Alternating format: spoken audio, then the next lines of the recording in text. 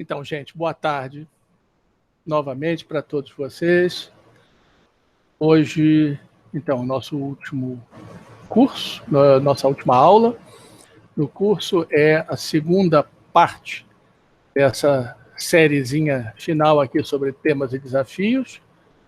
Hoje é dedicada ao assunto o direito ao planeta, que eu diria sintetiza quase tudo que veio antes, de alguma forma. Na realidade, se eu não me engano, a apresentação de hoje, pelo menos me refiro ao PowerPoint, né, a essa exposição inicial, ela vai ser até um pouquinho mais curta, por exemplo, em comparação com a da semana passada, em comparação com algumas outras, mas justamente para a gente poder, quem sabe, ter mais espaço aí para conversar. De toda sorte, como eu estou falando, eu diria, né, do meu ponto de vista, é uma síntese, oxalá bastante provocativa, num sentido construtivo, de muitas coisas, talvez as principais coisas, que a gente dedilhou aqui ao longo dessas semanas todas aí de convívio. Bom, uma coisa que eu tenho feito com frequência, porque provavelmente vocês, na verdade, vocês já sabem porque leram, inclusive, também o texto, não é? Que é o capítulo que, na verdade, é o coração do livro Ambientes e Territórios, né? Ou, se não é todo o coração, pelo menos são duas aurículas e um ventrículo. Mas, de qualquer maneira, talvez vocês, só de travar contato com essa expressão no programa do curso, talvez já tivessem imaginado que isso é uma referência ao direito à cidade. E vocês, depois lendo o texto, viram que é uma referência polêmica, né? Uma referência desafiadora. Vamos então começar por uma questão lógica, cronológica, conversando sobre o direito à cidade. E depois fazer um contraponto e discutir sobre as razões desse contraponto. Por que ele seria importante? Por que ele seria relevante? Quem teria interesse em fazer esse contraponto? Não é? Ou seja, quem teoricamente poderia ou deveria se identificar com o contraponto que vai ser feito. Bom, vocês sabem que a ideia, um pouco pejorativamente, não tanto por culpa dele, mas por culpa do que veio depois, a gente poderia também dizer o slogan do direito à cidade é uma coisa inicialmente surgida em meio à obra de um filósofo e sociólogo francês que morreu com mais de 90 anos de idade, se não me engano, ou quase isso, perto disso, 80 e muitos anos de idade, que foi o Henri Lefebvre. O Henri Lefebvre que, a partir do começo dos anos 70, começou a influenciar bastante a geografia, sobretudo, fundamentalmente, a geografia urbana. Duas ou três palavrinhas sobre o Henri Lefebvre, só para contextualizar. Quem foi o Henri Lefebvre? O Henri Lefebvre, ele foi alguém nascido ali no comecinho do século XX e que, cedo, muito cedo, entrou para o Partido Comunista Francês. Partido Comunista Francês que rapidamente avançou para ser uma das pontas de lança, e assim foi durante muitas e muitas décadas, uma das pontas de lança de uma leitura bastante ortodoxa do marxismo, mais especificamente, um olhar stalinista sobre o legado de Marx. O Lefebvre foi um cara que, inclusive, atuou na resistência durante a Segunda Guerra Mundial, ali, resistência contra os alemães.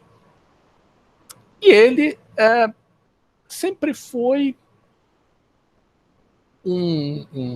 portanto, um filósofo, um sociólogo com uma formação marxista, cujas obras, inicialmente, elas não eram, digamos, muito não convencionais, embora já trouxessem ali alguns grãos ou alguns germes de inovação ou de descontentamento. É o caso, por exemplo, de Lógica Formal, Lógica Dialética, um livro, não sei se foi o primeiro livro dele a ser traduzido aqui no Brasil, mas certamente foi um dos primeiros livros, e vários outros trabalhos dele ali, né, dos anos 50, anos 60. E aí, nos anos 60, segunda metade dos anos 60, Lefebvre, que àquela altura do campeonato já tinha 60 e tantos anos de idade, e, portanto, há décadas, ele era um intelectual vinculado ao PCF. E, inclusive, há referências disso em algumas notas biográficas, inclusive em um obituário escrito logo, enfim, imediatamente após a morte dele, referência a um papel que ele exerceu em vários momentos de intelectual de partido. Eu não sei se vocês têm esse tipo de referência histórica, então eu vou tentar situar. O que era um intelectual do partido? Ali, anos 30, anos 40, anos 50, anos 60, sobretudo nos países do chamado leste europeu, mas também intelectuais vinculados a partidos comunistas de tipo stalinista em países da Europa Ocidental, por exemplo, né? Ou da América Latina. Era aquele intelectual que não apenas, digamos, seguia a linha do partido, e todo partido, enfim, uma orientação centralizadora, centralista, tinha a sua linha, que no fundo, no caso dos partidos stalinistas, era uma linha praticamente ditada por Moscou. E o intelectual de partido era um cara que não apenas ele seguia a linha, mas quando ele tinha algum destaque, ele atuava como uma espécie de pitbull, zelando pela ortodoxia. A palavra ortodoxia, o adjetivo ortodoxo, né, o substantivo ortodoxia, vocês sabem, vem de duas palavrinhas gregas que significam a opinião correta, né? A doxa, né, a opinião, ortos, né, que é o correto, né? Uma interpretação do que seja a opinião correta, né? Que no caso, a opinião do partido, né? Tinha que ser seguida à risca. Aqueles que se desviavam, às vezes milimetricamente que fosse, eram os dissidentes, ou então, como se dizia na época, os revisionistas. E o Henri Lefebvre, ele atuou, aparentemente, né, ao que consta, pelo que consta, ele atuou como um intelectual de partido típico, inclusive dedurando, enfim, atuando como um pitbull da linha do partido. Embora tivesse lá, eventualmente, as suas pequenas rusgas também. Só nos anos 60 é que, de fato, parece que se adensam as tensões ali, quando ele já tinha 60 e poucos anos e décadas de filiação ao partido, se adensam as tensões entre ele e a cúpula partidária, a cúpula do Partido Comunista Francês. É preciso a gente lembrar que, a essa altura do campeonato, a própria União Soviética havia tentado já, com Khrushchev, meados dos anos 50, se afastar daquele legado stalinista mais duro, né? O Khrushchev denunciou os famosos discursos lá de denúncia dos crimes de Stalin, tal e coisa, e no entanto, vários partidos, né? A China, inclusive, a China do Mao, né? Ela rompe com a União Soviética depois da morte de Stalin, justamente por achar que eles estavam rompendo com a herança stalinista, né? E aí, vários partidos comunistas, inclusive, flexibilizaram, acompanharam Moscou, outros hesitaram um pouco mais, o próprio Partido Comunista Francês hesitou, foi um dos que hesitaram um pouco. Mas, enfim, é só nos anos 60 que esse Lefebvre, do qual hoje todo mundo fala e que é incensado, que é celebrado, é só no final, segunda metade dos anos 60, que ele emerge. Né? Ele é finalmente suspenso, depois de vários atritos e tal, ele é suspenso do Partido Comunista Francês. Notem, ele não saiu, ele foi suspenso. Né? Ele não abandonou o partido, ele foi suspenso. Isso é importante. Né? É uma referência, a meu ver, relevante do ponto de vista político. Porque mostra, vamos lá, desnecessário talvez complementar dessa forma, mas enfim, talvez valha a pena. Mostra que ele, inclusive, não rompeu inteiramente de livre e espontânea vontade. Teve que ser suspenso. Né? Ele estava, então, até então, vinculado ao partido. Né? É interessante chamar a atenção para o fato de que alguém poderia, talvez ingenuamente, ou por falta de referência histórica, pensar: bom, mas quem quisesse ter uma militância crítica e tal, naquela época, não tinha opção, não tinha uma alternativa. Existiam várias alternativas. Né? Você não só tinha as várias correntes trotskistas, como você tinha justamente na França grupos como o Socialismo ou Barbarie, que era o grupo fundado já em 49 pelo Cornelius Castoriadis, pelo Claude Lefort, vários nomes importantes aí tiveram uma passagem por ali, o Edgar Morin, por exemplo. Né? Ou seja, havia um sem número de alternativas que iam desde o trotskismo até grupos de um marxismo extremamente heterodoxo, crítico ao próprio trotskismo, como o Socialismo ou Barbarie, até o que havia restado, digamos assim, de grupos ou agrupamentos libertários, anarquistas, etc. Né? Então, né, a opção do Lefebvre foi uma opção, durante várias décadas, certamente muito consciente. Agora, esse Lefebvre que se conhece é um Lefebvre que emerge na segunda metade dos anos 60, quando aí, então, ele já está desvinculado do Partido Comunista Francês e começa a produzir uma obra que vai causar estranheza em muita gente, por várias razões. Uma dessas razões é que ele vai apontar as limitações da classe operária como sujeito revolucionário, inclusive pela, segundo ele, dificuldade da classe operária de incorporar a problemática urbana e tudo aquilo que ela suscita em matéria de pautas, em matéria de agendas, em matéria de lutas que estavam, na verdade, emergindo. Né? Estamos falando aí segunda metade dos anos 60, estamos falando aí de coisas que a gente comentou quando falou sobre o Bakhtin, por exemplo, né? Lutas por direitos civis nos Estados Unidos, mobilização dos estudantes, enfim, lutas que não se reduziam a lutas que remetem especificamente ou exclusivamente à esfera da produção e lutas em torno da contradição capital-trabalho, movimento operário, né? Ou seja, outras agendas não necessariamente opostas à agenda da luta de classes, à agenda da luta de classe em sentido estrito, ou seja, em torno da contradição capital-trabalho, mas que, digamos, não se reduzem também a essa agenda da luta de classes. Né? Elas são complementares ou elas, digamos, diversificam a pauta de questões, a pauta de lutas, a pauta de enfrentamentos sociais que vão animar diferentes movimentos sociais que em parte já existiam, mas que, sobretudo, a partir da década de 60, vão se multiplicar. Né? Então, o Lefebvre ele vai causar uma estranheza, e não só entre marxistas muito ortodoxos, até entre marxistas também não tão ortodoxos. Eu lembro que, por exemplo, o David Harvey, no finalzinho do A Justiça Social e a Cidade, que é de 73, ele faz um comentário sobre o Lefebvre, mas finalzinho mesmo ali, né?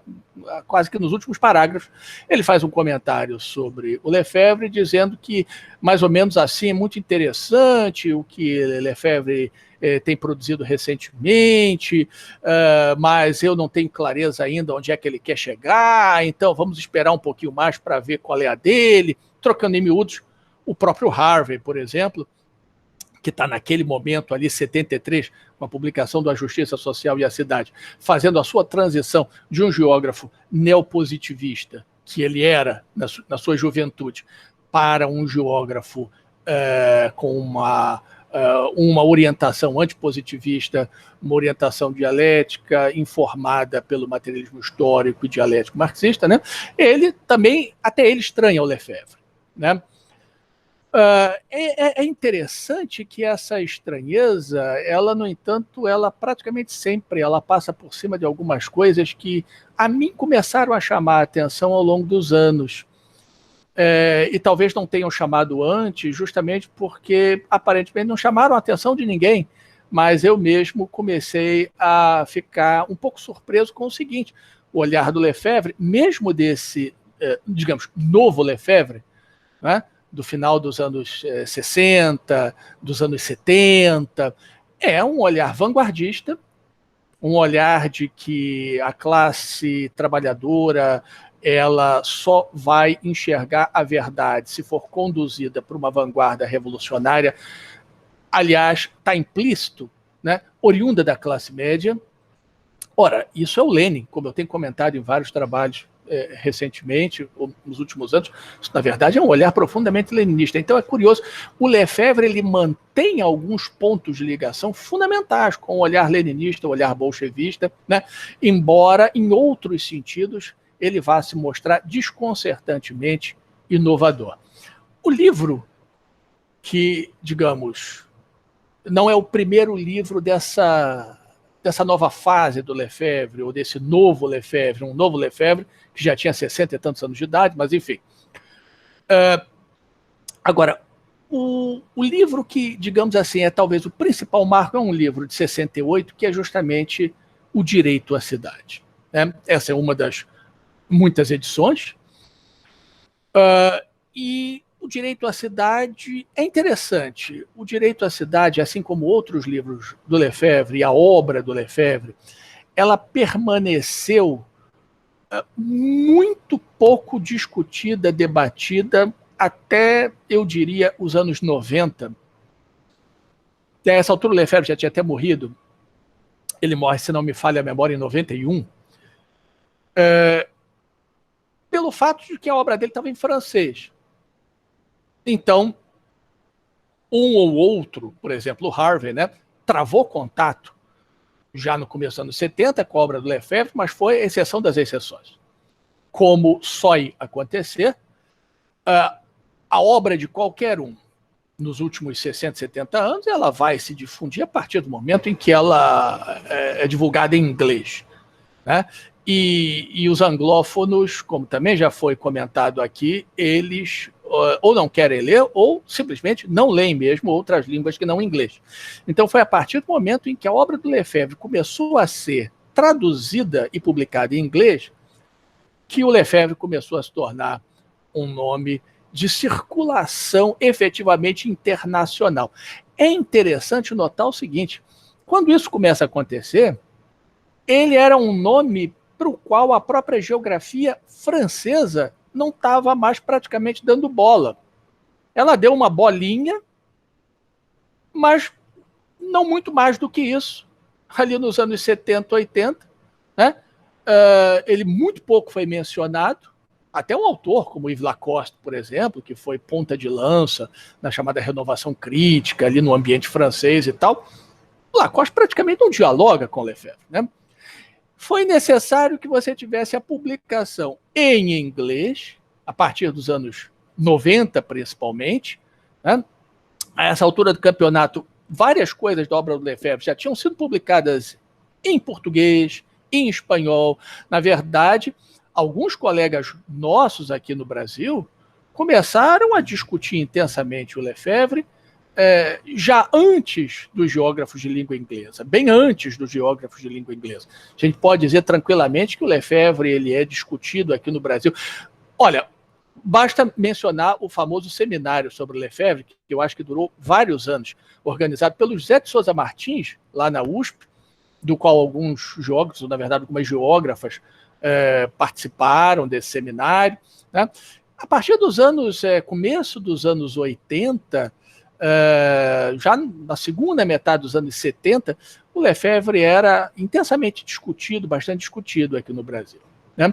Mas é a partir da publicação em inglês que, de fato, a obra dele se dissemina, e aí, inclusive, começamos a assistir ao surgimento, ali, final dos anos 90, primeira década do século XXI, a gente começa a assistir coisas que o próprio Lefebvre, com certeza, lamentaria muito e acharia bizarras, que são, olha, vamos lá, de ONGs a ministérios, como, por exemplo, o Ministério das Cidades ali, né, da primeira gestão Lula, com Olívio Dutra como ministro e Raquel Ronick como secretária, não lembro agora a divisão do trabalho entre ela e Hermínia Maricato, mas enfim, a Hermínia Maricato como secretária executiva e a Raquel como, acho que, secretária de planos especiais, ou seja lá o que for, o Edésio Fernandes como secretário especial de regularização fundiária sustentável, né? Tem que meter um sustentável aí no meio, porque senão não fica bacaninho, todo mundo tem que usar esse cartão de visitas ou esse selinho. Então era regularização fundiária sustentável. E aí, até no âmbito ministerial, por exemplo, ou também organizações como Habitat, enfim, né? Direito à cidade, direito à cidade, direito à cidade, direito à cidade. Foi uma fórmula que se disseminou à exaustão e se banalizou.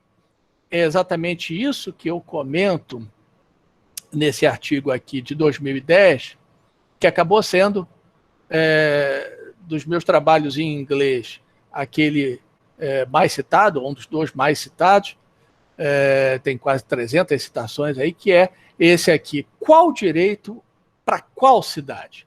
Em defesa de clareza político-estratégica. Porque aquele negócio, isso aqui é um artigo de 2010, né? Enfim, é uma questão de lógica, né? Tudo aquilo que é tudo ao mesmo tempo não é nada. Então, direito à cidade virou tudo.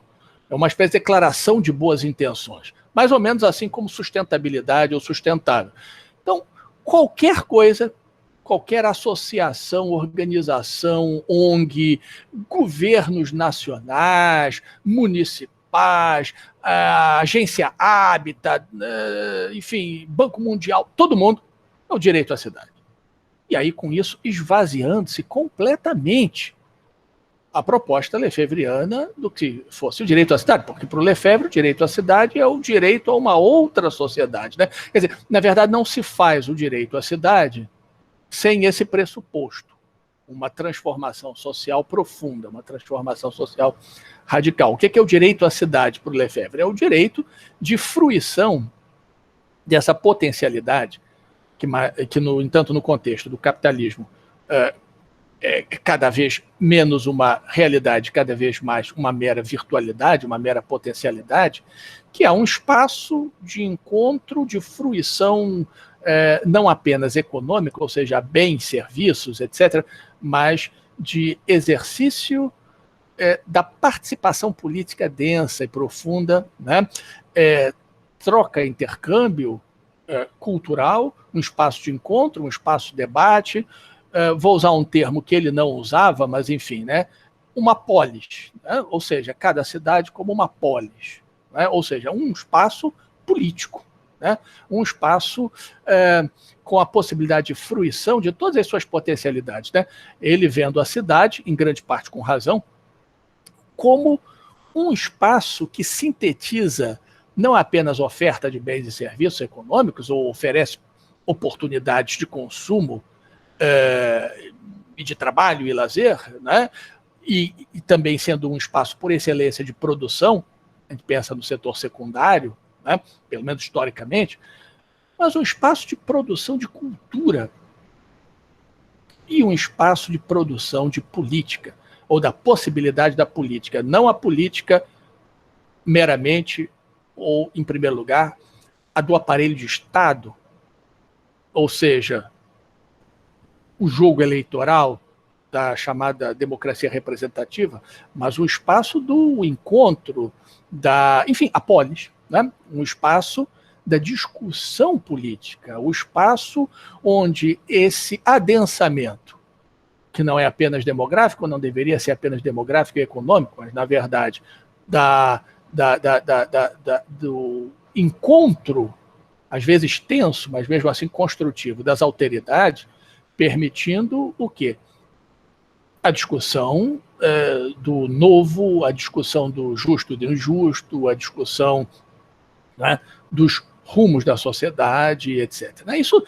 Isso, digamos assim, tem toda uma série de pressupostos.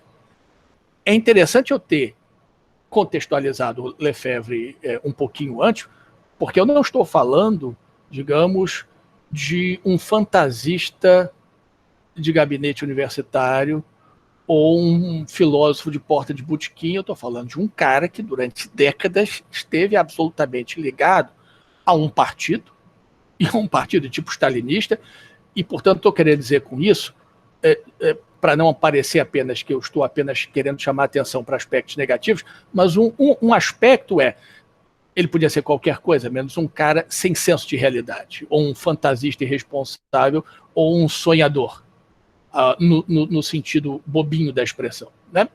Um cara acostumado, né? Aliás, esses partidos eles eram verdadeiras escolas de sobrevivência política, né? O cara, para não ser defenestrado, ele tinha que, evidentemente, saber manejar e se comportar, e os jogos de poder e tudo. Infelizmente, em geral, da pior maneira possível, né? Acaba sendo uma escola terrível, porque é uma escola de denúncia, uma escola de deduração, uma escola de enquadramento, uma escola de centralismo, uma escola de verticalidade, uma escola de hierarquia rígida, mas enfim. Apenas para dizer, o Lefebvre, quando coloca claramente os pressupostos do direito à cidade, ele está fazendo a partir de uma trajetória, digamos, que não era a trajetória de um sonhador bobinho. Ele era um cara que, digamos, ele chegou a esse ponto ao longo de um percurso onde certamente, no mínimo, podemos aceitar com tranquilidade que falta de pragmatismo ou falta de realismo, com certeza, não eram os problemas, né?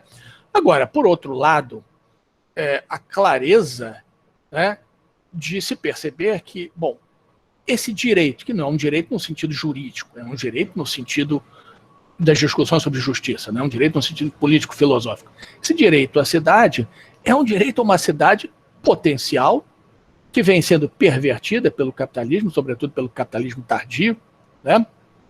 Também chamado às vezes de capitalismo avançado, em que o processo de urbanização é um processo também de pasteurização, é um processo de transformação de todo mundo em um rebanho de alienados, um processo onde a reprodução do espaço urbano se faz pela reprodução do consumismo, a reprodução da alienação em função dos interesses diretos ou indiretos do capital, não apenas do capital imobiliário. E aí uma das coisas importantes do Lefebvre, inclusive, é ter chamado a atenção para a produção do espaço, né, que é o título, inclusive, de um dos livros mais densos dele, de 81, que é A Produção do Espaço, né, La Production de l'Espace, onde ele vai mostrar que o capitalismo ele tem se reproduzido ou sobrevivido, no fundo, não apenas em função da produção de bens ou da sua capacidade de atender ao consumismo e reproduzir o consumismo e alimentar o consumismo por meio da produção de bens móveis, mas a própria produção e reprodução do espaço, notadamente do espaço urbano, né? Agora, uma coisa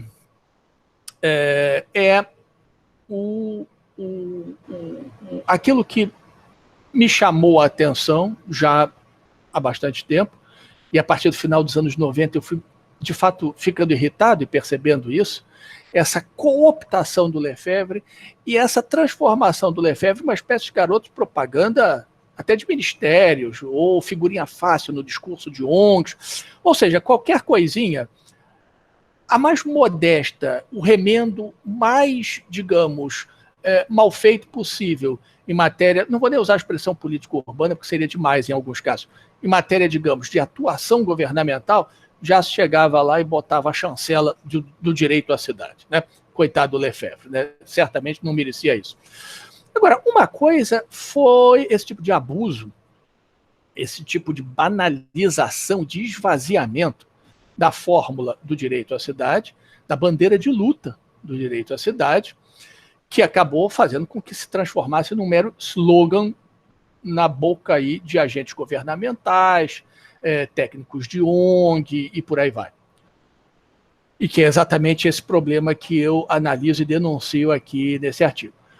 Uma outra coisa, no entanto, é que nos últimos, digamos, 15 anos, foi crescentemente me chamando a atenção também, é aquilo tudo que representa não só nessa obra do Lefebvre, Direito à Cidade, nesse livro específico, mas na obra desse Lefebvre tardio, que inclui o direito à cidade, o espaço e política, também chamado de Direito à Cidade 2, a produção do espaço, a revolução urbana, etc., etc., aquilo que representam as lacunas e as entrelinhas altamente problemáticas da proposta lefebvriana.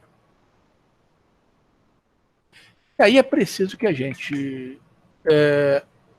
dê atenção a alguns pressupostos e algumas implicações da obra do Lefebvre.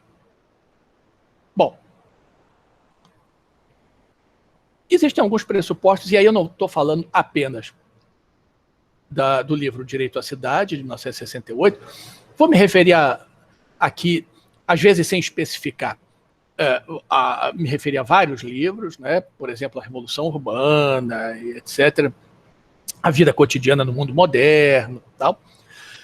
Existem alguns pressupostos. O Lefebvre parte da premissa de que a sociedade industrial, ela estava, isso ele está escrevendo ali, virada dos anos 60 para os 70, ela estava sendo superada por um outro tipo de sociedade.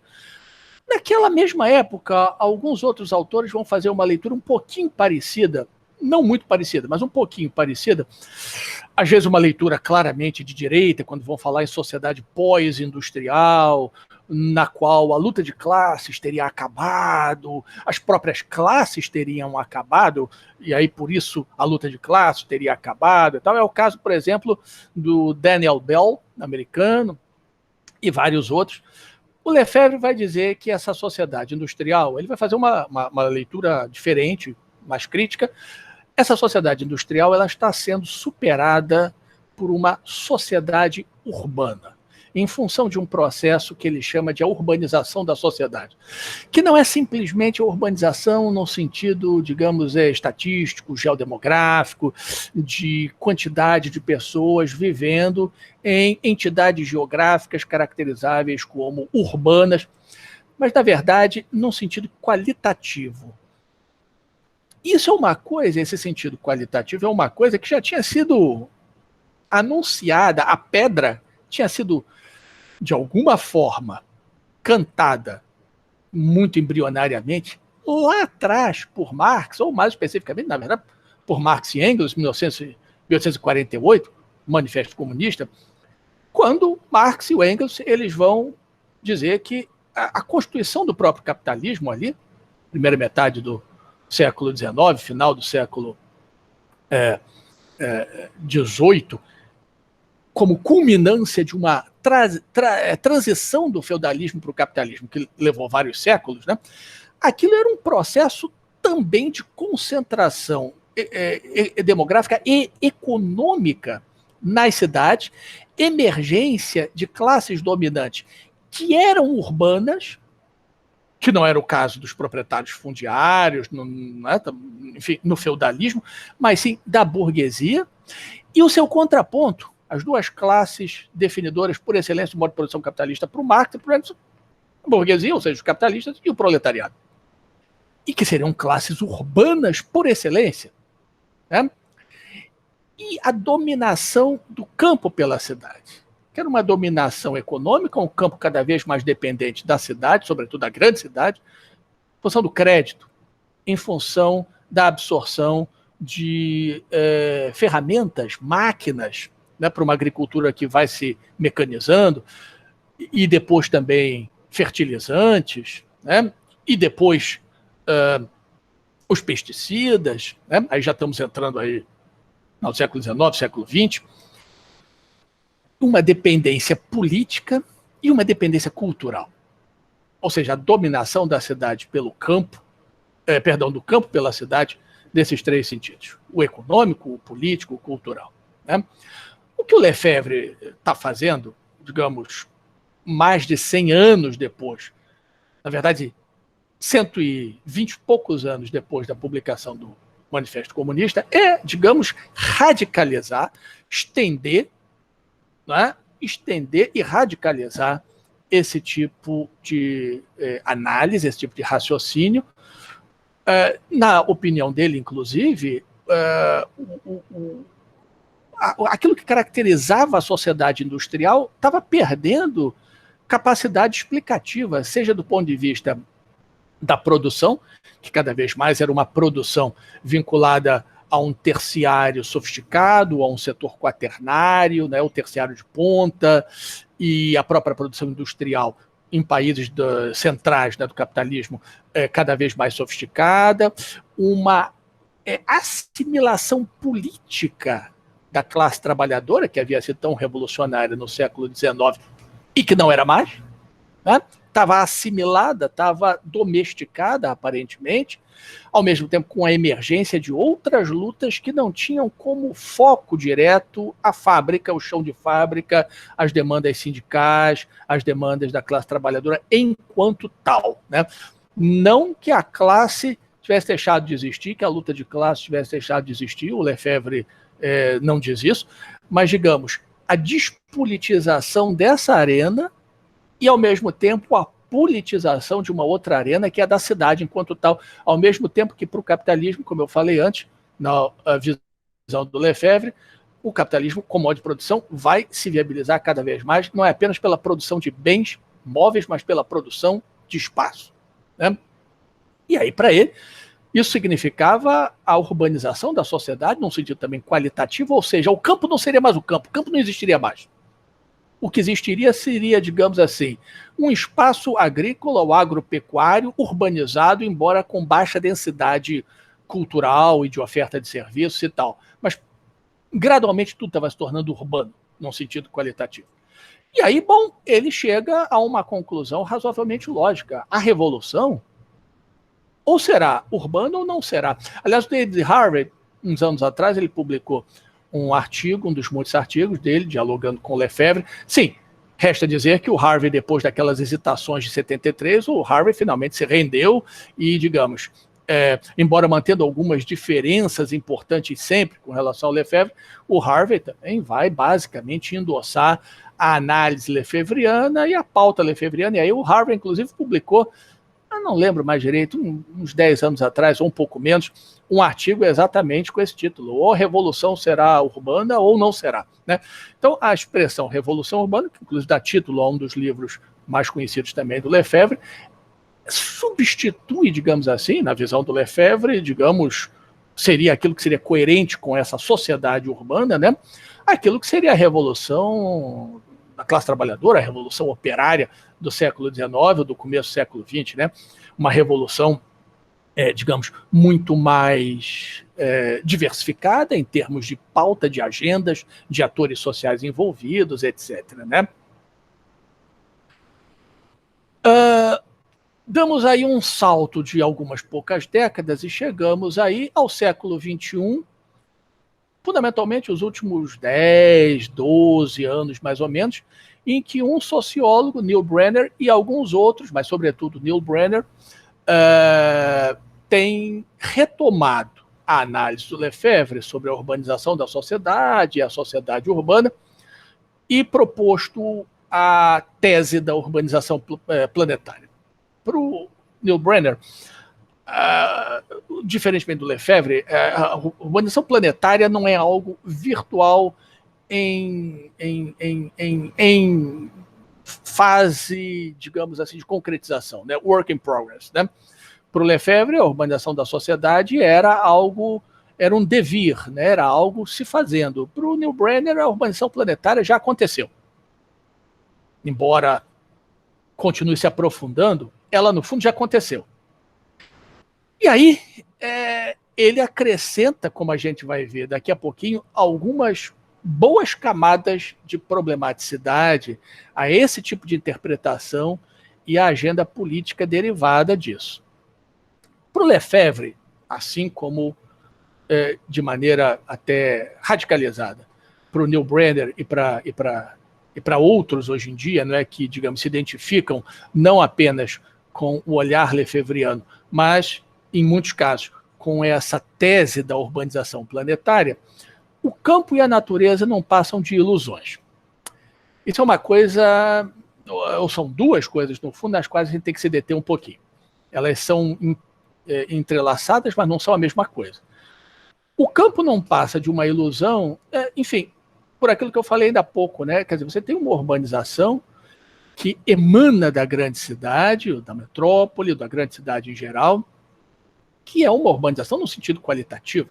São valores, modas, modos de vida, mentalidades, viabilizadas por tecnologias, viabilizada por tecnologias, não apenas tecnologia produto, mas tecnologia sistemas de organização, tecnologias de organização, tudo isso emanando, sendo gerado, produzido e emanando a partir da grande cidade, da metrópole, né? Em um mundo que aparentemente se urbaniza e se urbaniza de maneira cada vez mais veloz a partir de meados do século XX. Não é à toa que o Lefebvre está produzindo no final dos anos 60, mas a partir de meados do século XX, a gente tem aquilo que tem sido chamado de a grande aceleração, the Great Acceleration, que é quando você de fato começa a observar que as curvas elas vão se tornando quase que exponenciais em matéria de aumento do consumo, em matéria de aumento de produção de bens, em matéria de emissão de gases de efeito estufa, CO2 e outros, o que são ótimos indicadores, né, de várias coisas, em matéria de vários aspectos. É a chamada grande aceleração, né? Enfim, para o Lefebvre e mais recentemente para o Neil Brenner e outros, o campo ele nada mais é do que, digamos assim, um urbano de baixa densidade. E do ponto de vista cultural, do ponto de vista dos valores, das modas, do ponto de vista das relações de produção, notem, das relações de produção, eu não haveria mais nada que diferenciasse fundamentalmente o campo da cidade. Desnecessário dizer que eles estão olhando para uma realidade, essencialmente o quê? França, Alemanha, Inglaterra ou Estados Unidos, né? Onde você encontra empresas rurais e trabalhadores rurais, e também, digamos assim, uma pequena burguesia rural, né? No caso da França, né? É importante, mas já bastante assimilada pelo capitalismo e pelos modos de vida urbanos, onde, na verdade, você não encontra mais a figura do camponês, né? Então, portanto, a questão de que até no âmbito das relações de produção você teria uma transformação do campo emanando a partir da cidade, ela faz muito sentido se você está olhando exclusivamente para os países da Europa central, setentrional e para os Estados Unidos ou para o Canadá, né? E esse é um problema. Eles estão olhando basicamente para ali, né? E a outra coisa também a natureza não passaria de uma ilusão. É interessante a gente notar o seguinte, o Lefebvre é um dos representantes do chamado marxismo ocidental. Não vou ter tempo aqui para entrar em detalhes sobre isso, isso é uma denominação daquele tipo de marxismo que, digamos, pontificou, sobretudo em universidades europeias e depois da Segunda Guerra Mundial, ou durante a Segunda Guerra Mundial, com a ida para os Estados Unidos de alguns intelectuais europeus, por exemplo, vários da Escola de Frankfurt, né?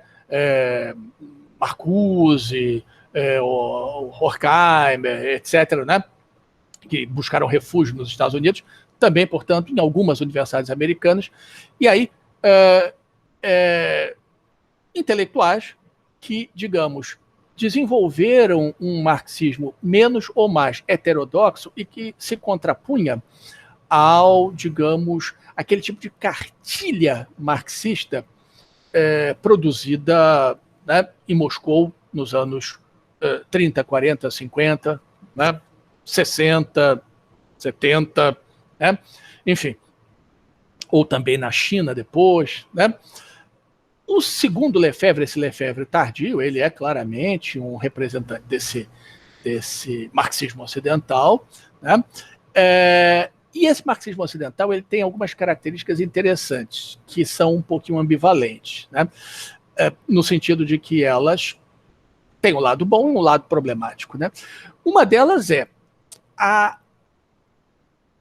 afirmação categórica de que a natureza, ou aquilo que nós chamamos de natureza, é cultural e historicamente apreendido e nunca sem um tipo qualquer de mediação dos valores da época, da mentalidade da época, do contexto cultural, etc. Ou seja, nós valoramos, nós percebemos algo como natureza sempre com a mediação dos filtros locais, regionais, ou seja, nossos filtros de uma época, nossos filtros de uma cultura.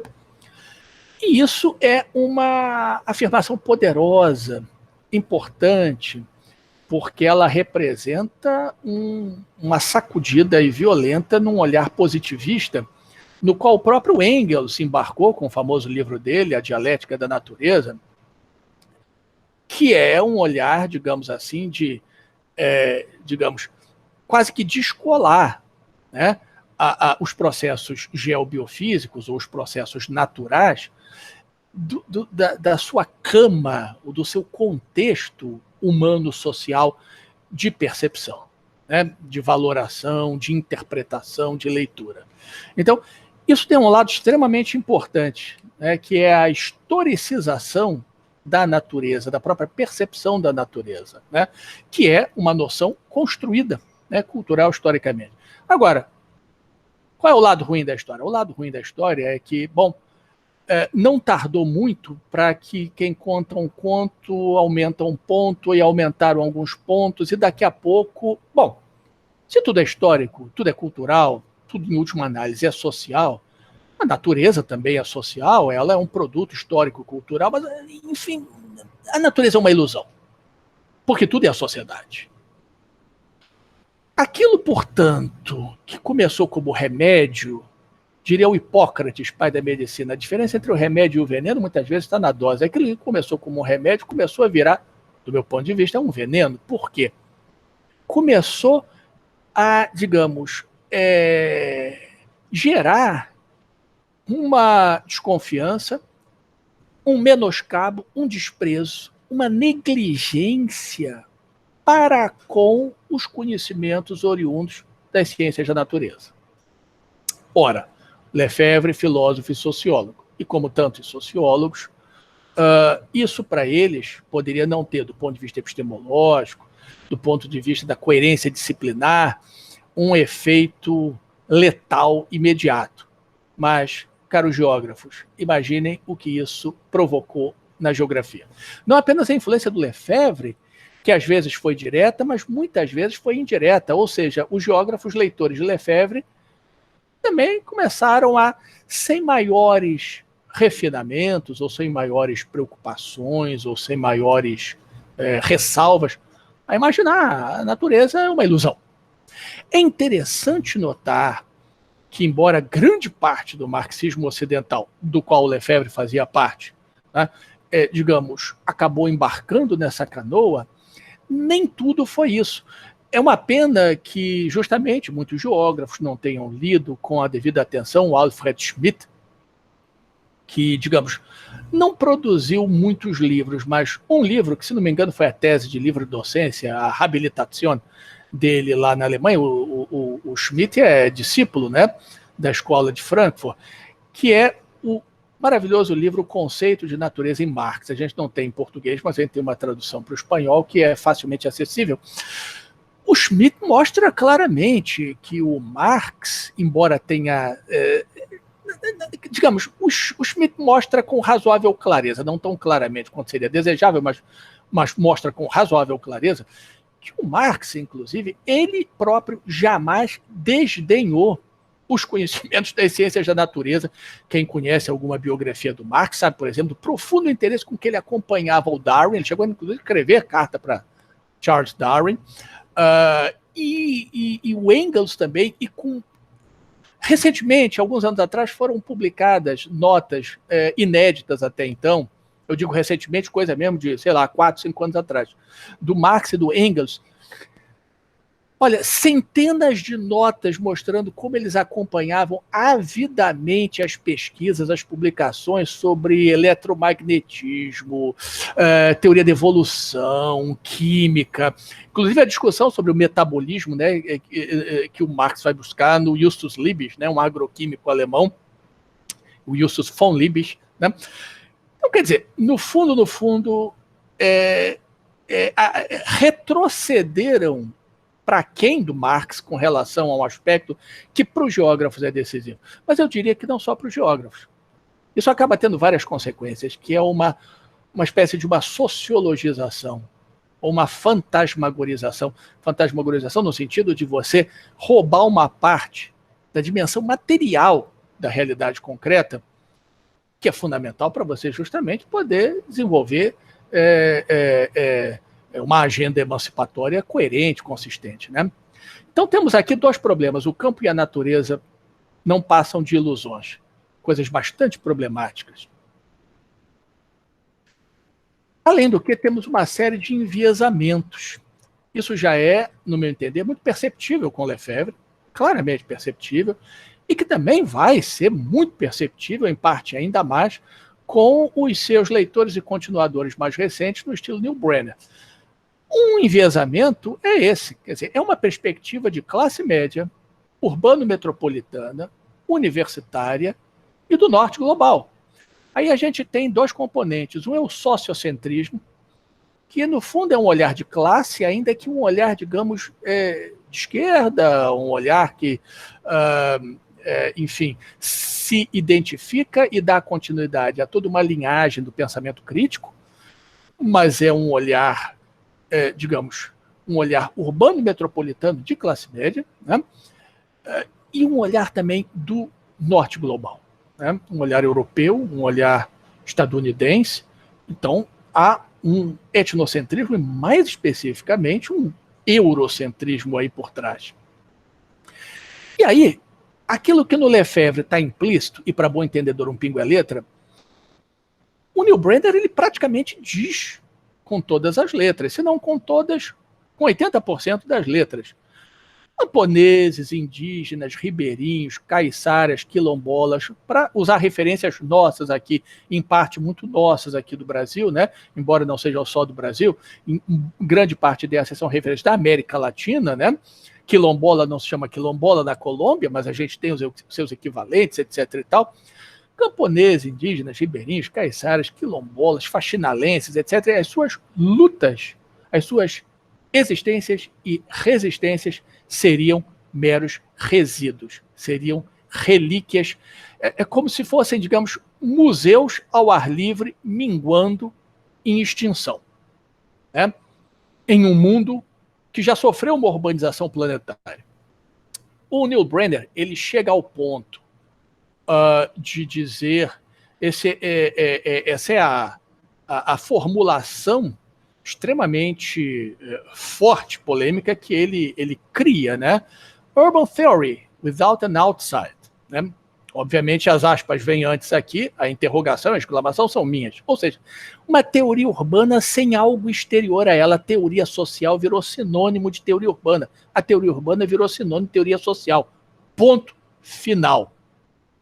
MST, ribeirinhos, quilombolas, campesinos da América Latina, camponeses africanos, asiáticos, indígenas, populações tradicionais de um modo geral, vocês são urbanos. Aceitem isso, porque esse é o caminho, a verdade e a vida. Né? E a teoria social tem que acompanhar. Não existe um fora, seja em termos de interpretação, de diagnóstico, seja em termos de prognóstico, seja em termos de proposta de intervenção, seja em termos de estratégia, né, de transformação. Né? Ou seja, uma tacada só, Na verdade, não foi uma tacada, né? Porque a primeira paulada veio lá atrás com o próprio Lefebvre. Mas aí, Newbrenner e associados substituem o taquinho lá de beisebol por uma marreta fenomenal, e eles, digamos, vão, né, tentar jogar uma pá de cal. As lutas, como essas lutas que a gente está visualizando aqui, algumas representações, né, dos seus encontros, dos seus gritos de luta, né, dos seus momentos de socialização para fora, inclusive de comunicação, são resíduos, são relíquias, são, portanto, mais ou menos assim como uma espécie de zumbis político-culturais que morreram, esqueceram de deitar, né? Isso revela uma urbanofilia.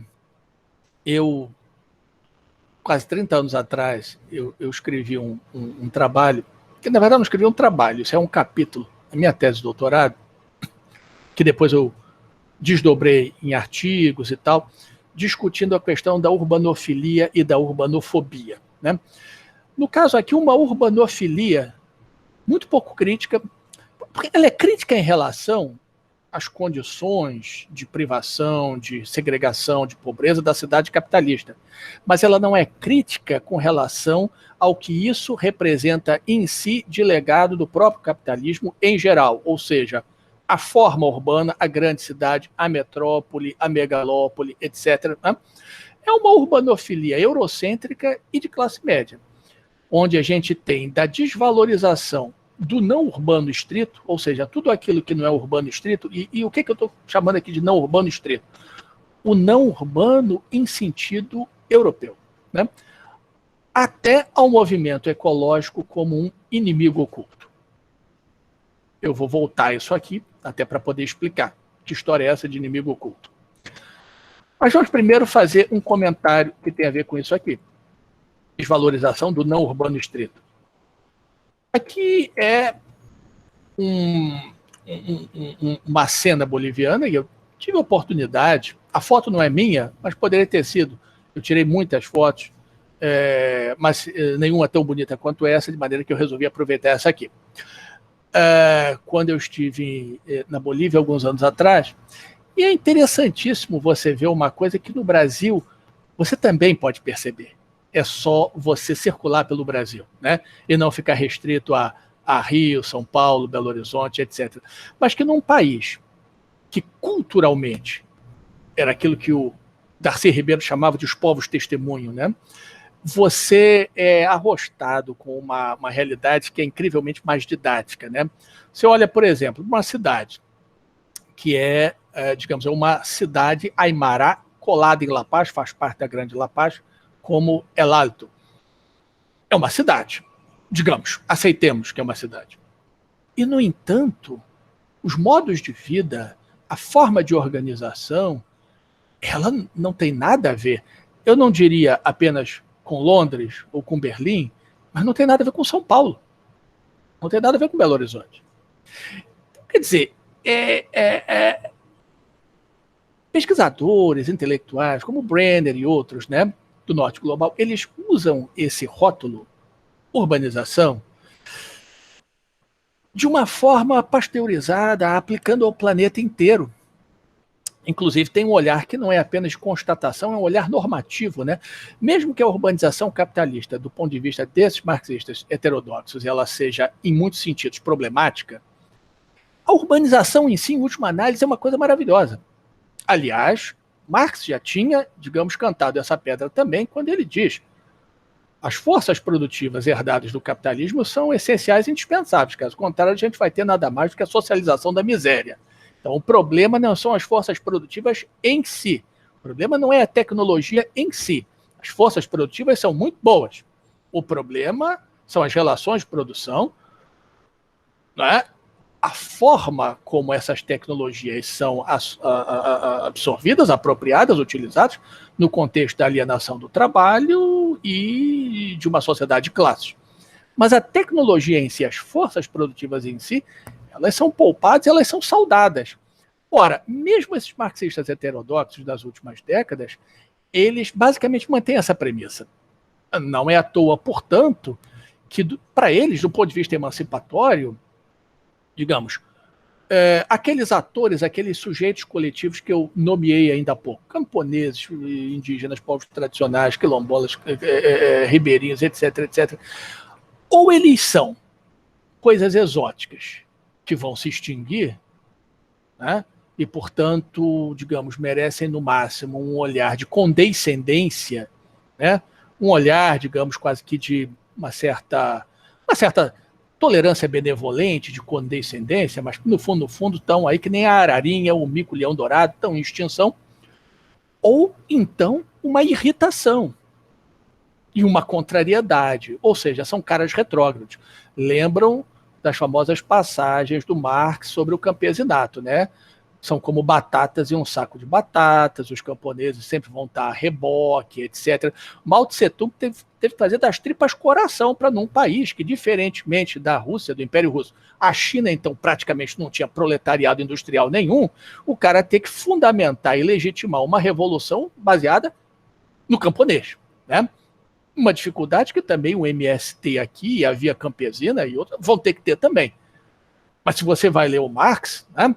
Tudo bem que alguns vão dizer, mas o Marx na carta Vera Zazulite e o Marx e tal teve algumas passagens no final da vida mais compreensivas com relação ao camponês, mas digamos, praticamente nada, nem quase que meras notas de rodapé. O essencial era ver, né, o campesinato como uma classe herdada do passado, uma classe potencialmente retrógrada, não tanto quanto o chamado lumpenproletariado, mas uma classe potencialmente retrógrada, né?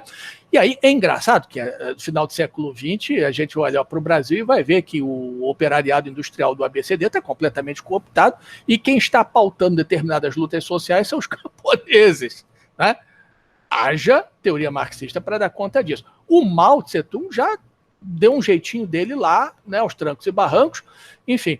Mas a questão que eu estou trazendo, que eu quero colocar, para não ficar caceteando vocês com essas referências históricas, que, no entanto, são importantes, senão certas coisas ficam simplesmente flutuando aí, sem serem devidamente contextualizadas, é o ponto segundo o qual há uma dificuldade muito grande, uma dificuldade intestina, uma dificuldade intrínseca para esse tipo de pensamento, assimilar que aquilo que não é urbano, não é o trabalhador urbano, metropolitano, entre aspas, moderno, ocidental, possa ter um futuro, e possa ter relevância política, e possa ter uma agenda legítima em matéria de lutas, possa representar um modo de vida em si mesmo legítimo, né? É imensa dificuldade. Por isso você oscila entre a contrariedade e uma condescendência. Se você for mais bonzinho, lança um olhar condescendente, né?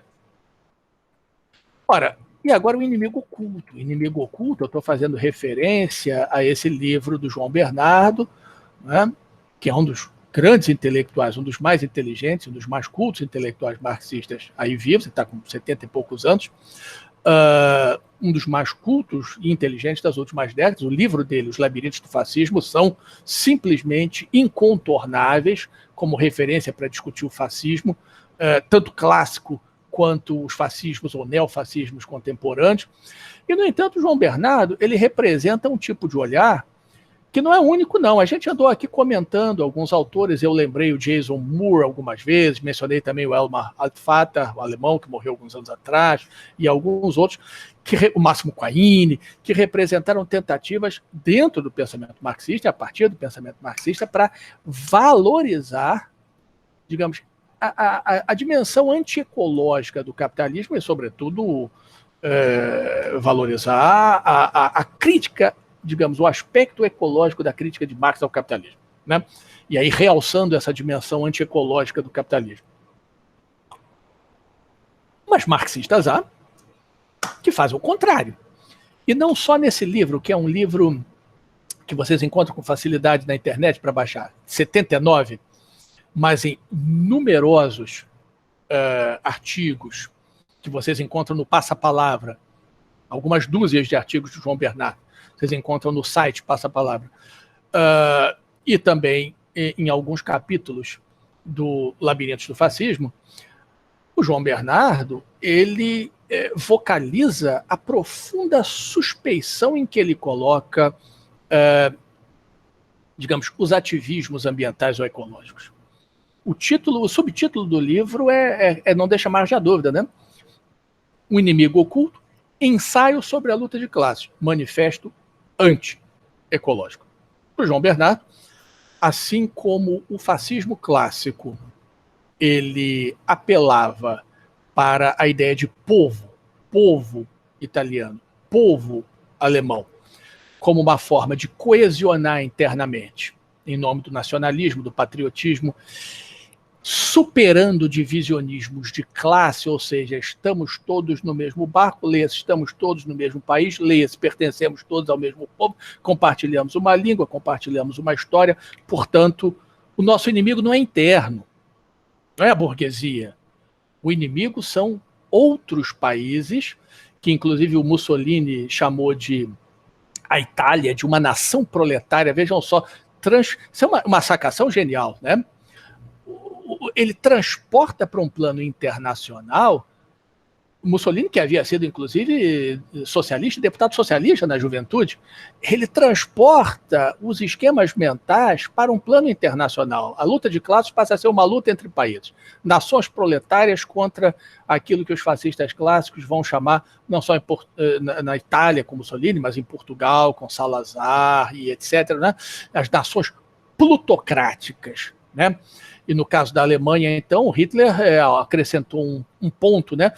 Que era um aspecto muito pouco presente, ou às vezes não presente, no franquismo, no fascismo italiano, no salazarismo, que é a dimensão racial, né? As nações plutocráticas, então, são aquelas governadas pelos judeus e pela conspiração judaica internacional e que oprimem as nações proletárias, como a Alemanha, como a Itália, etc., né?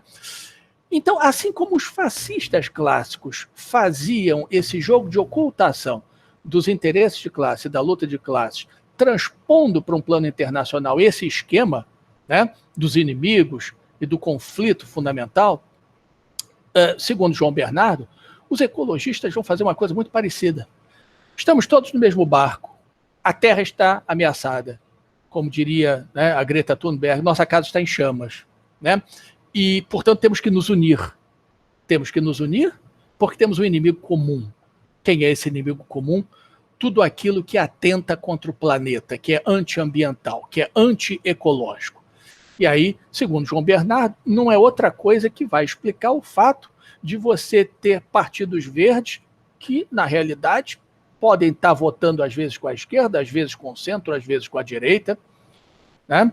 Aliás, o João Bernardo tem no Partido Verde Brasileiro um exemplo fantástico, né? Enfim, ou também o fato de que, digamos, os ativismos ecológicos, eles em si, independentemente do partido, eles muitas vezes abraçam agendas de direita ou de extrema-direita. A gente já conversou sobre isso aqui, quando conversamos sobre ecofascismo, sobre Dave Foreman, etc., etc., né?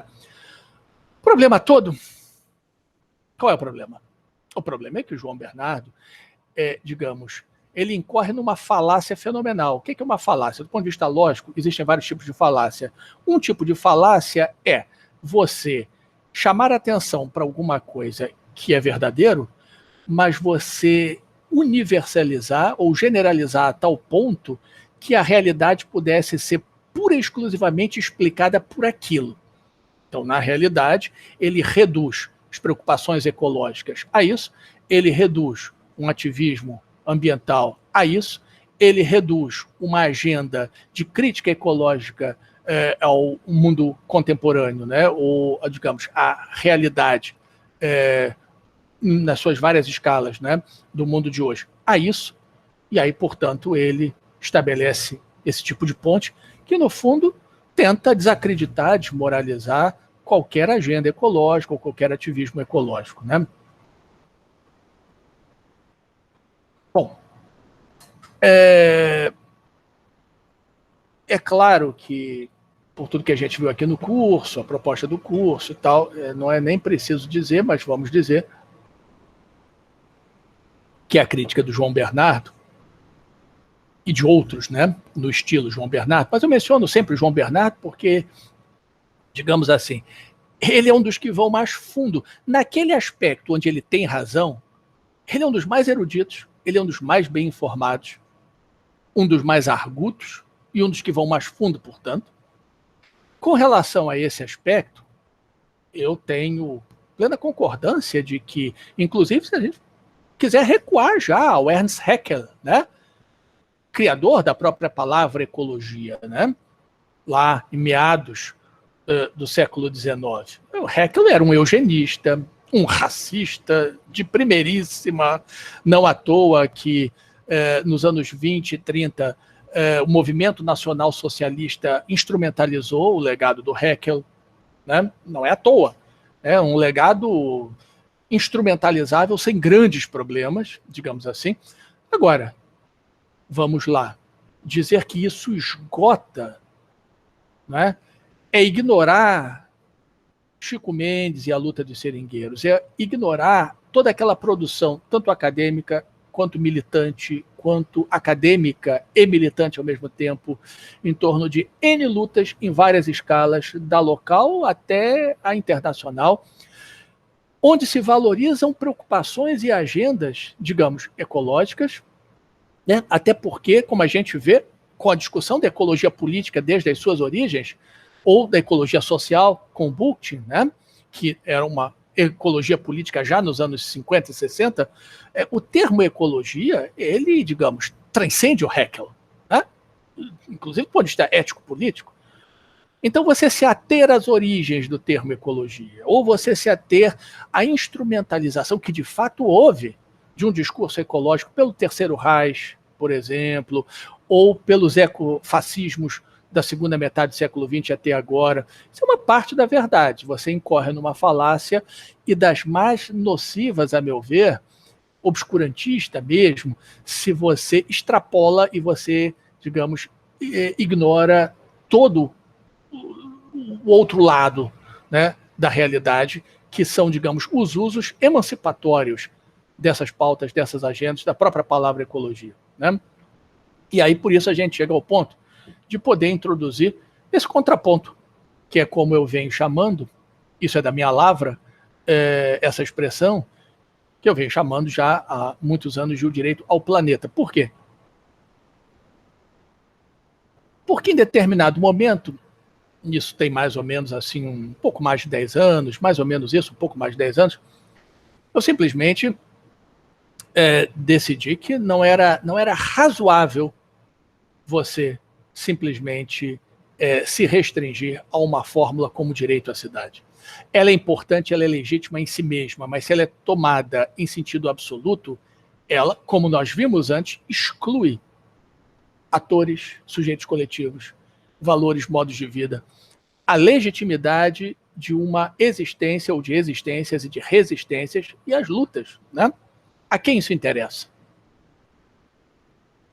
Então, a questão do direito ao planeta não é para a gente negar a dimensão de legitimidade do direito à cidade. É para a gente entender o direito à cidade como um aspecto do direito ao planeta. Ou seja, como uma parte importante, mas de forma alguma uma parte exclusiva. E aí a gente teria que conversar sobre várias coisas, porque existem muitas simplificações. Uma delas, inclusive, é no sentido estatístico. O José Eli da Veiga já mostrou, ou tentou mostrar, o livro dele foi muito criticado por alguns geógrafos, sobretudo alguns colegas de geografia urbana, algumas colegas de geografia urbana. O livro do José Eli da Veiga, Cidades Imaginárias, né? O José Eli da Veiga é uma figura polêmica, sem dúvida, mas esse livro ele tocou numa coisa bem importante. Vocês sabem muito bem, né? Como geógrafos que somos, ou que são, com exceção da Bárbara, somos todos, mas todos nós, com certeza, sabíamos, né, independentemente da formação, que o que é urbano no Brasil. Os critérios variam de acordo com o país. Mas no Brasil, o que é urbano? Sede de município e sede de distrito. Cidades e vilas. Você tem não só vilas com centenas de habitantes apenas, mas você tem cidades, porque são sedes de município, então, portanto, é um critério funcional, cidades com poucos milhares de habitantes. Então, o Zé Eli da Veiga já chamou a atenção para a presença da ruralidade, para, digamos, o caráter questionável do urbano no que se refere a essas cidades, né? Por isso o livro dele se chama Cidades Imaginárias. Mais recentemente, o Jean Bitoun, geógrafo lá francês, mas radicado no Brasil há muitas décadas, lá de Recife, o Jean Bitoun produziu alguns artigos, em coautoria, inclusive, sobre a presença da ruralidade em municípios brasileiros e até propondo uma classificação bastante interessante. Enfim, existe uma literatura que também não se restringe ao Brasil, que vai mostrando várias coisas, como movimentos demográficos de contra-urbanização, counter-urbanization, como dizem lá os anglófonos. Enfim, essa história de que em 2000 e poucos ali, né?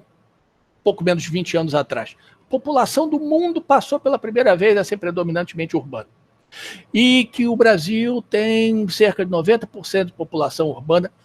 Grosso modo, isso pode ser assim. E eu diria que, aparentemente, é inegável que o mundo vem se urbanizando de forma veloz. Mas basta olhar para o Brasil. Por razões metodológicas, a gente já percebe que existem imprecisões. Existe um certo exagero aí do que seja esse urbano. E uma coisa que o Zé Eli da Veiga não fala, que o Jean Bitoun não fala e que eu tenho insistido, o olhar é eurocêntrico sobre essa forma de interpretar o urbano. Né? Porque, inclusive, situações que, digamos, não só a gente vê uma presença de ruralidade forte, né? Mas também por questões de ordem cultural ligada a peculiaridades locais, regionais, nacionais, etc., se coloca isso, digamos, numa mesma gavetinha e você classifica como urbano e você já tem na cabeça uma cidade, de preferência grande cidade, europeia ou estadunidense. Isso é uma forçação de barra extraordinária. É até uma violência simbólica com relação aí a 3/4 da humanidade. Né? Então, quer dizer, e olhem que eu ainda nem entrei propriamente naqueles sujeitos coletivos todos que eu tinha mencionado antes. Povos indígenas, camponeses, ribeirinhos, blá, blá, blá. Não, população em centros, né, entre aspas aí, urbanos, mas que não são exatamente urbanos muitas vezes, né? São rurbanos ou rururbanos, são realidades que são muito típicas no sul global, são realidades impregnadas de ruralidade e que você fica o tempo todo, porque o nosso instrumental é esse, um instrumental importado, fica o tempo todo querendo aplicar um instrumental para entender o urbano no Brasil, o urbano no México, o urbano na Bolívia, o urbano no Zimbábue, o urbano em Ruanda, à luz de um instrumental teórico, conceitual, metodológico europeu, né, estadunidense. E aí, bom, eu, ao longo de vários anos aí, eu tenho tentado justamente discutir esse contraponto, inclusive com os colegas lá fora, né? Um deles é esse capítulo aqui, Direito à Cidade ou ao Planeta, né? Saiu aqui nesse Routledge Handbook of Henri Lefebvre, The City and Urban Society. Por exemplo, esse aqui, do direito à cidade ao direito ao planeta. Esse aqui, A Cidade e o Planeta, né? Na revista City. E entre as várias coisas que eu tenho publicado aqui no Brasil, o livro Ambientes e Territórios, com esse capítulo aqui que vocês leram sobre o direito ao planeta. Agora, além da questão dos sujeitos coletivos, mas em articulação visceral com ela, e vocês viram lendo esse capítulo aqui, né? Tem uma outra questão, que é também aquilo que eu coloquei no slide lá atrás. A dimensão ecológica do nosso desafio global em termos de projeto emancipatório, o João Bernardo e outros tantos, incluindo aí Neil Brenner e associados, e já o Lefebvre nos anos 60, 70, 80, etc., eles varrem para baixo do tapete. Ou seja, a dimensão propriamente ecológica, ou a irracionalidade ecológica embutida no modo de produção capitalista em função do imperativo de acumulação. Vocês sabem que o modo de produção capitalista é o primeiro e único até agora na história da humanidade que, digamos, não se contenta com uma reprodução simples, é uma reprodução ampliada, que é exatamente a acumulação de capital. Ou seja, há um maçarico ali no traseiro do sistema o tempo todo dizendo para cima e para frente. Crescer, crescer, crescer, acumular, acumular, acumular. Isso vale para a firma individual, isso vale para um país. Né? Ficar parado em termos relativos significa cair, então você tem que crescer. Isso tem um custo ecológico, e não são os 3 R's da reutilização, da reciclagem, da racionalização, do reuso, e não são apelos morais à conscientização, responsabilidade ecológica de empresas, ou não serão reformas principalmente cosméticas ou puramente legislativas, né, legais, que vão conseguir, digamos, fazer face a esse desafio. A gente tem toda uma série de preocupações com relação ao planeta. Aliás, na escolinha, na pré-escola do meu filho, 2 anos atrás, tinha uma exposiçãozinha feita pelas crianças ali. Eu até pensei em colocar essa foto aqui, mas acabei não tendo tempo. E uma daquelas muitas imagens, quem tem filho pequeno já ouviu isso N vezes, né? É preciso salvar o planeta, vamos economizar a água do planeta, estamos com a missão de salvar o planeta, enfim, né? Todo mundo está querendo salvar o planeta. E aí a gente tem várias propostas sobre a mesa. Uma delas eu estou colocando aqui, não por causa do André Trigueiro ou do programa da Globo News Cidades e Soluções, que virou livro, mas apenas como uma persona, ou seja, um exemplo de muitos, né, pelo mundo afora, né? Um olhar técnico, um olhar sobre como, usando soluções técnicas de biodigestores a painéis solares, automóveis elétricos, etc., melhorando e racionalizando o uso residencial, o consumo de energia, a mobilidade intra-urbana, blá, blá, blá, blá, blá, blá, você consegue, então, criar um mundo ecologicamente mais razoável. Né? É um olhar fundamentalmente técnico que, na melhor das hipóteses, vai fazer apelo a quê? Vontade política. Falta vontade política, está havendo vontade política, esse tipo de coisa. Né? Temos coisas, digamos, não sei até que ponto vocês consideram simpático o André Trigueiro, mas com certeza tem gente muito mais antipática do que André Trigueiro. Por exemplo, né? O Paul Ehrlich, se não me engano, está vivo ainda, mas nos anos 60 ele fez o maior sucesso com o livro dele sobre a bomba populacional, né, a bomba demográfica. Né? O subtítulo aqui, ó, controle de população ou corrida para o esquecimento, né, a extinção, desaparecimento, né, oblivion. Né? Enfim, mais apocalíptico impossível, né? Digamos assim, a corporificação do neomalthusianismo, né, sobre o qual a gente já conversou aqui. Isso tem tido as suas atualizações. O Dave Foreman, exatamente, o Dave Foreman, já tão mencionado aqui, né, ele publicou já vários anos atrás um livro que agora ele republicou com a ajuda dessa jornalista e escritora aqui, a Laura Carroll, esse livro aqui, Man's Swarm, né? Enxame humano, né? Como a superpopulação está matando o mundo natural, né? O mundo selvagem, né? The Wild World, né? Como a superpopulação está matando o mundo selvagem, né? Um enxame humano, né? Enfim. Temos também leituras que são, digamos assim, diríamos talvez alguns de nós, improváveis, né? Estranhas, improváveis, né? Porque Paul Ehrlich, Dave Foreman são epítome do ecofascismo. Mas o que dizer do John Zerzan, que se considera um anarquista, né? É talvez o principal representante do chamado anarco-primitivismo, né? Esse livro é um dos vários livros dele, chamado Against Civilization, né? Tem vários livros dele, que vocês podem encontrar também na internet sem dificuldades, né? Que, na verdade, se aproxima muito do tipo de diagnóstico, né? É desconfortável dizer isso, mas se aproxima muito do diagnóstico do Ehrlich, do Foreman. O problema é que, bom, e aí? E a terapia? Né? Diagnosticou a doença e a terapia. Né? O que fazer com os quase 9 bilhões? Até coisas aparentemente muito simpáticas, como a Greta Thunberg. Né? Esse aqui é o livro dela, No One is Too Small to Make a Difference, que eu particularmente acho a Greta super fofinha, e do ponto de vista moral, tem sido um ícone e uma fonte de inspiração para muita gente. Né?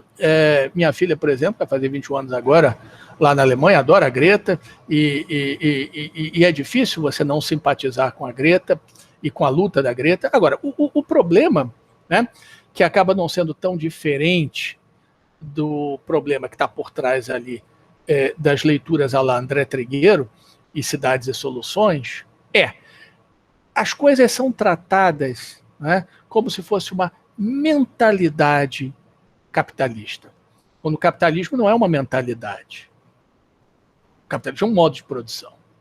E não basta você discutir o consumismo, criticar o consumismo, a insensibilidade, criticar a insensibilidade de eventuais governantes ou legisladores, ou muito menos de empresários, na realidade, se você não vai discutir os mecanismos impessoais, intrínsecos ao modo de produção, você vai estar sempre, na melhor das hipóteses, como diz lá o gringo, bicando em volta do arbusto. Né? Bicando em volta do arbusto e não indo no coração do problema. Na verdade, a Greta não está sozinha. Por exemplo, o Herman Daly, um nome talvez mais conhecido da economia ecológica e inclusive o criador da revista Ecological Economics, né? O Herman Daly, ele fala em growth mania, né? Mania de crescimento. Isso induz a um erro, porque não se trata de uma mania de crescimento. Quer dizer, o tempo todo você está tratando as coisas na base do problema da mentalidade. É preciso mudar a mentalidade. Né? É preciso mudar a percepção. Sim, é preciso mudar a percepção, é preciso mudar a mentalidade, mas isso será impossível se você, ao mesmo tempo, não transformar práticas, você enfrentar interesses, agentes concretos e transformar, na realidade, um modo de produção e superá-lo. Isso é difícil? Ninguém está dizendo que é fácil.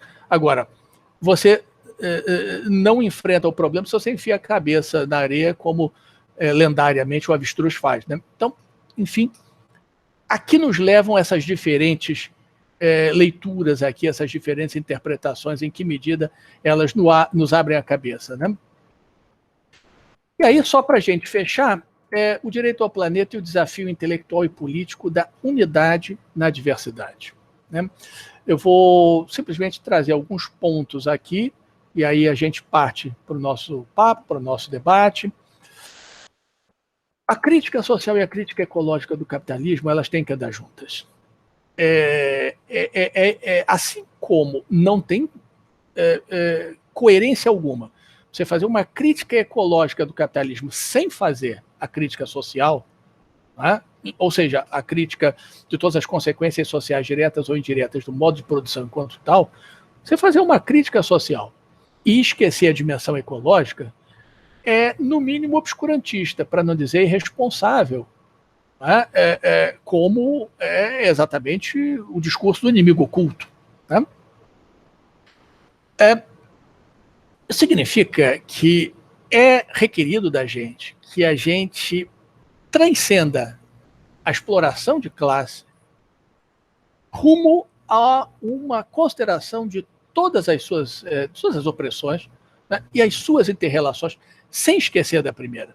E aqui, embutindo, como a gente viu semana passada conversando sobre a justiça ambiental, embutindo essa dimensão ecológica que perpassa várias agendas e perpassa várias lutas, questão do metabolismo social natural, cada vez mais incontornável em todas as escalas, da local à global. Uma coisa que a gente precisa se questionar: desenvolvimento sustentável, a que serve, para que serve e a quem serve, né? Uma pergunta que eu acredito que vocês nunca tenham visto ela sendo feita, eu pelo menos nunca vi. O que se quer sustentar? Justiça intergeracional. Que a satisfação das necessidades das gerações presentes não comprometa a satisfação das necessidades das gerações futuras. Isso não é uma resposta. Isso é um desejo, ou é um slogan extremamente vago, está presente ali no relatório Brundtland, né, Nosso Futuro Comum, 1987.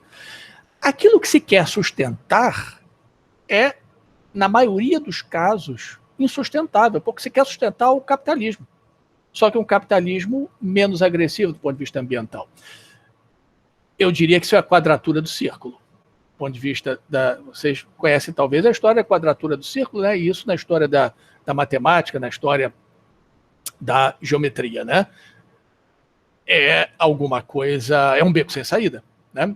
Você ter um capitalismo bonzinho do ponto de vista ecológico, é mais ou menos como você tem um capitalismo bonzinho do tipo, enfim, do ponto de vista social. Quem quiser, né, acreditar nisso, e pelo visto a maioria acredita, não é? É justamente aquilo que, no entanto, eu estou interessado em questionar, né? O desenvolvimento sustentável virou, no fundo, simplesmente um rótulo, um label, né, um sloganzinho, uma carta de boas intenções, um cartão de visitas, que no fundo, se mostra vazio, né? A própria ideia de sustentabilidade, que tem uma longa tradição de discussões, ela foi completamente esvaziada no âmbito do desenvolvimento sustentável. Cidade ou campo? Vamos colocar isso como, no fundo, uma falsa questão, porque enquanto você está pensando cidade é ótimo, o campo é a alienação, o campo é o vazio cultural, o campo é a falta de oportunidades e opções, ou então, o campo é o ar puro, o campo é tudo, o campo é, digamos, a vida saudável, o campo é a não opressão, o campo e a cidade é o crime, a cidade é a poluição, a cidade é o horror.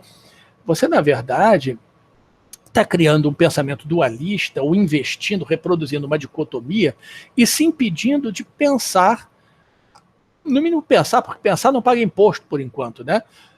A questão de se refletir sobre alternativas a um modelo espacial que justamente, né, afirma, ainda que de maneira diferente em comparação com outros modos de produção do passado, afirma essa dicotomia, esse dualismo, né? E mesmo a questão da urbanização da sociedade, ou a urbanização planetária, etc., no fundo, como a gente viu antes, é uma ilusão imaginar que isso supere uma dicotomia cidade-campo, por dizer que a cidade é apenas um urbano com grande densidade e o campo é um urbano de baixa densidade.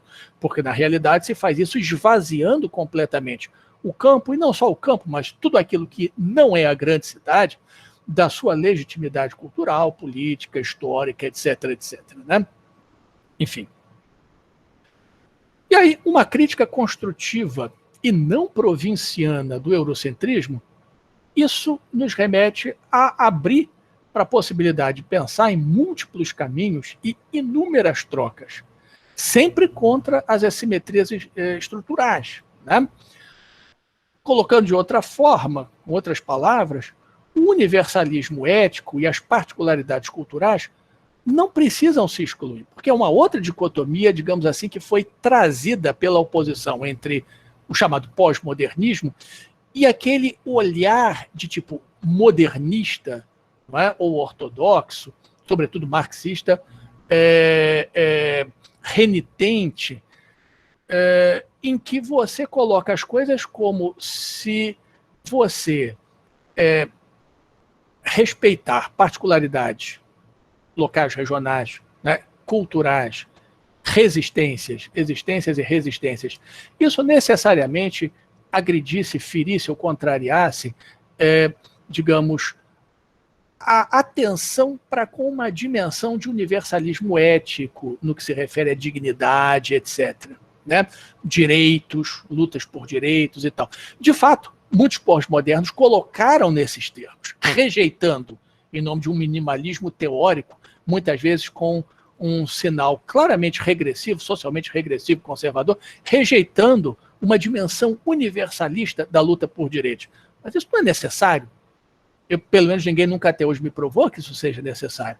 Da mesma forma que você se abrir para reconhecimento de que existe uma dimensão, um aspecto, uma faceta, né, ou um plano, digamos assim, onde há uma legitimidade em você falar de justiça, seja distributiva, seja retributiva, enfim, justiça social, ecológica e ambiental, em termos universais, isso não é incompatível, não é, com exatamente a discussão da legitimidade, potencial pelo menos, de uma diversidade de caminhos, ou seja, aquela fórmula da dialética do século XIX, né, que o Humboldt adorava, né, da unidade na diversidade. Unidade na diversidade. Né? Enfim, claro que alguém pode dizer, né, os céticos de plantão, não, mas isso é difícil, não sei o quê. Mais uma vez, quem é que está dizendo que é fácil? Agora, certamente, uma coisa importante já é a gente colocar as coisas em termos um pouco diferentes. Porque se a gente continuar colocando em termos que, no meu entendimento, são tacanhos ou são problemáticos, bom, aí mesmo é que se você caminhar, na melhor das hipóteses, né, você vai estar caminhando, mas está caminhando numa direção que não é frutífera. Né? Quer dizer, porque essa conversa, por mais que possa soar filosófica, acadêmica, etc., ela, na verdade, tem consequências prático-políticas muito claras em matéria de legitimar, deslegitimar agendas, pautas, lutas, atores coletivos, né, sujeitos coletivos. Então, portanto, isso aí absolutamente não é poesia parnasiana. Isto tem consequências prático-políticas e sim, isso vai de uma forma ou de outra entrar em políticas públicas, isso vai alimentar de um jeito ou de outro a pauta e a agenda e a dinâmica de organizações de movimentos sociais, de ONGs e o escambau. Então, portanto, tudo isso tem, digamos, uma consequência, um efeito prático. Né? Bom,